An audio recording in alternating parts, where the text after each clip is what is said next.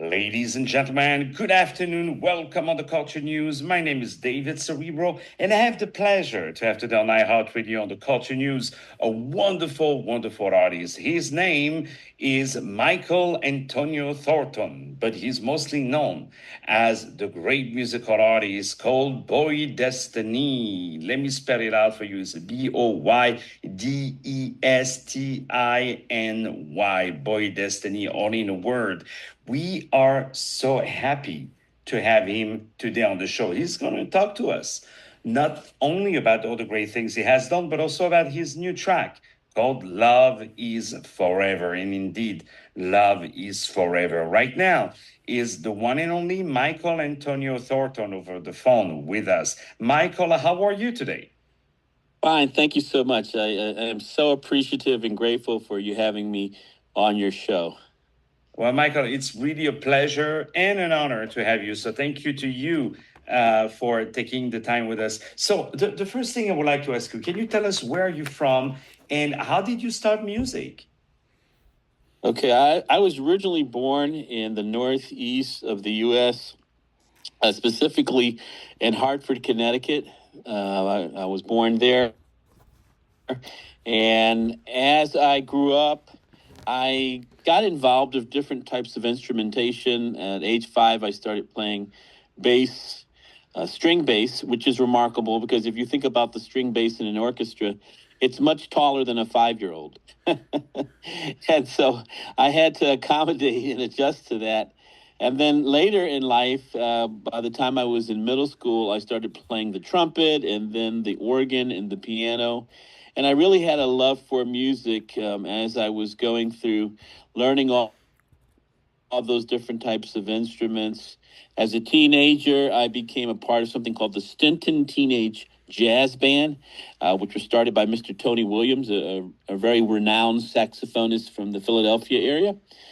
And as I participated in the Stinton Teenage Jazz Band, I started taking jazz piano lessons and working with some great Philadelphia jazz artists. By the time I was in college, a little bit after college actually, I had an opportunity to join up with Philadelphia's renowned Pieces of a Dream, which is a very renowned smooth jazz group. They've been around for years, well over 20 years, and their music is all over the airwaves on the smooth jazz radio station. So I got to join that group and to tour with them both in the United States and outside of the United States. I think I've been to every state in the U.S. at one time or another during some of those tours. I got to share the stage with a lot of artists during those touring days of Pieces of a Dream. I got to share the stage with the great Bill Withers. And not only did we open the show for Bill Withers, but we also got to play behind him as his band. So that was a unique opportunity. And also many others. So when I was with Pieces of a Dream, I got to play on the stage with Patti LaBelle and Sherelle Alexander O'Neill, which is affiliated with Prince, the great artist Prince. So I've had a lot of experiences within the music industry since the time I have been involved with it. So I've been very fortunate in that regard and very blessed. And indeed, you have a beautiful career, and you mentioned some very important musicians and a lot of various genres, I should say. So now, fast forwarding to your very new single called "Love Is Forever." So, how that song was born? What is the story? And I would ask also, what was the process of making it? Okay, so my history as bOydestiNy started in around 2008, 2009.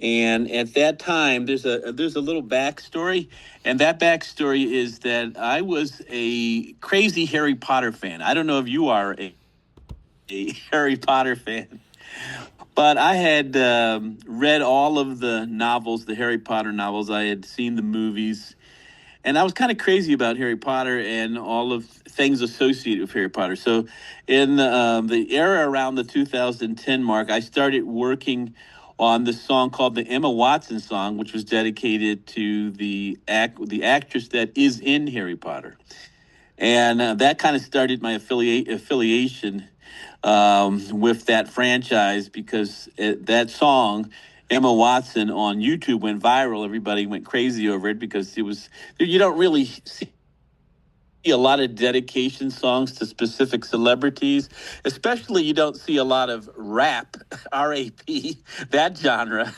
uh, dedication songs to celebrities. So that was kind of unique. So come several years later, after making attempts to promote that song and that album, which was called the Modern Times album, that brought us up to the modern era here today. And going back about a year and a half, I started coming up with the music for Love Is Forever. The driving force for it is hard to say because there's a lot more driving force behind the lyrics than there was in the creation of the song. I started creating the song literally right where I'm sitting. I'm sitting in my billiards room at my house. Literally, this is my billiards room.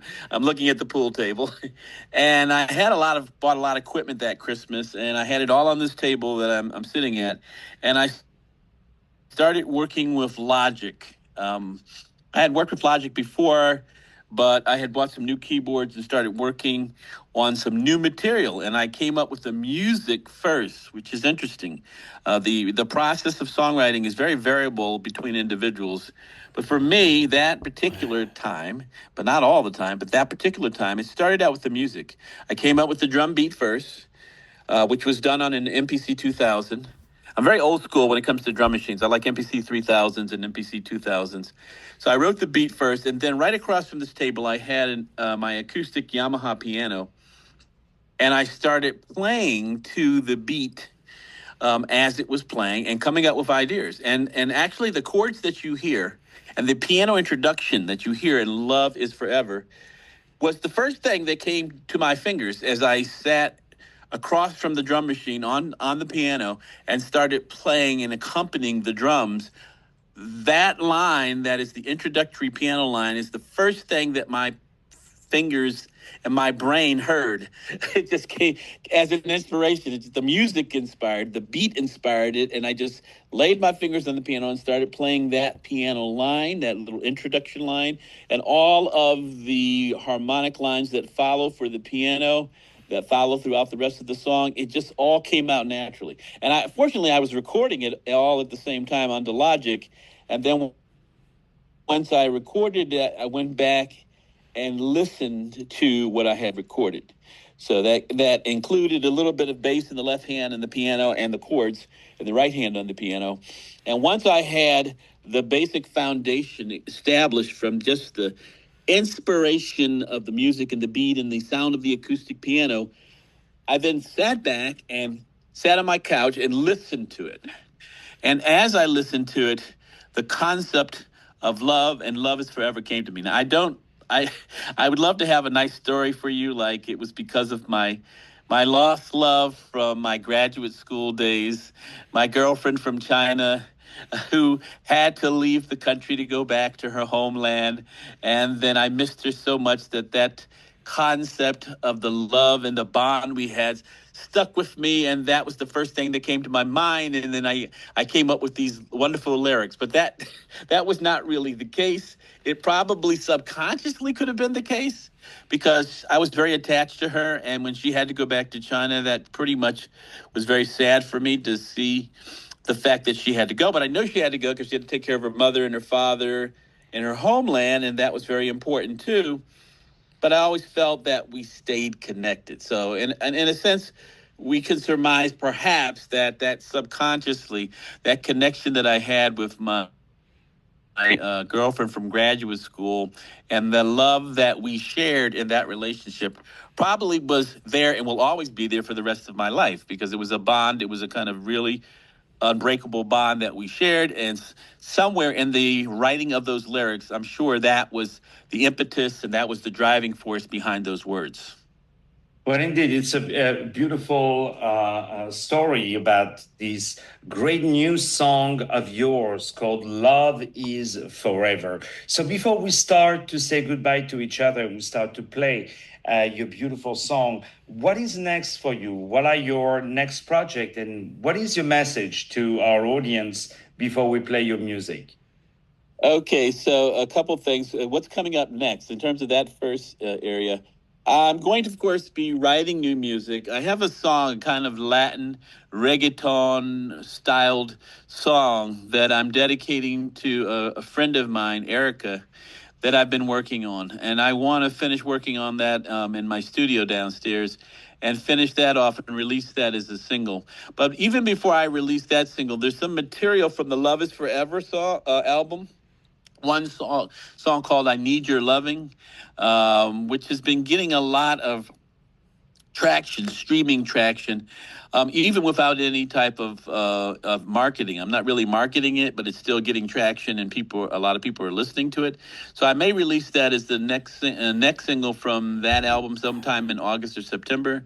And then further in the future, the song Erica, which I'm working on downstairs in the studio, I'm going to finish those tracks up.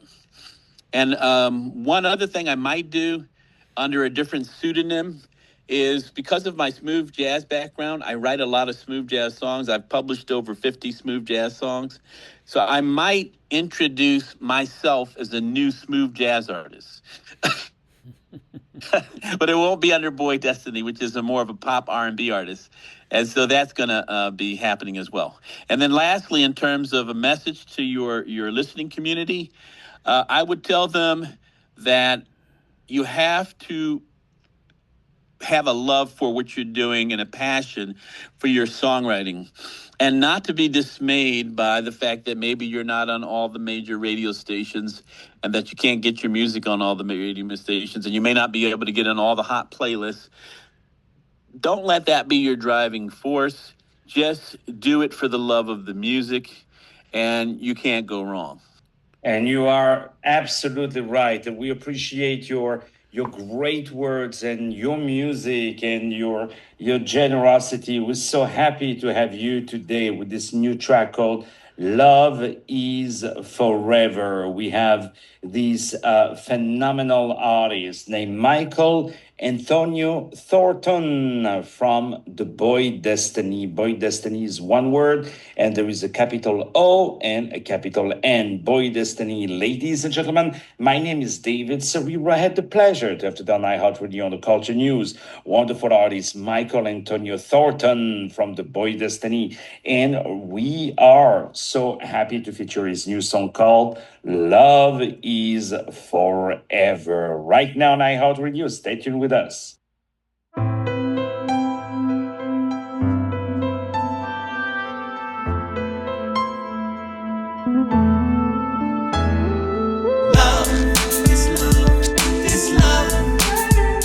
Forever.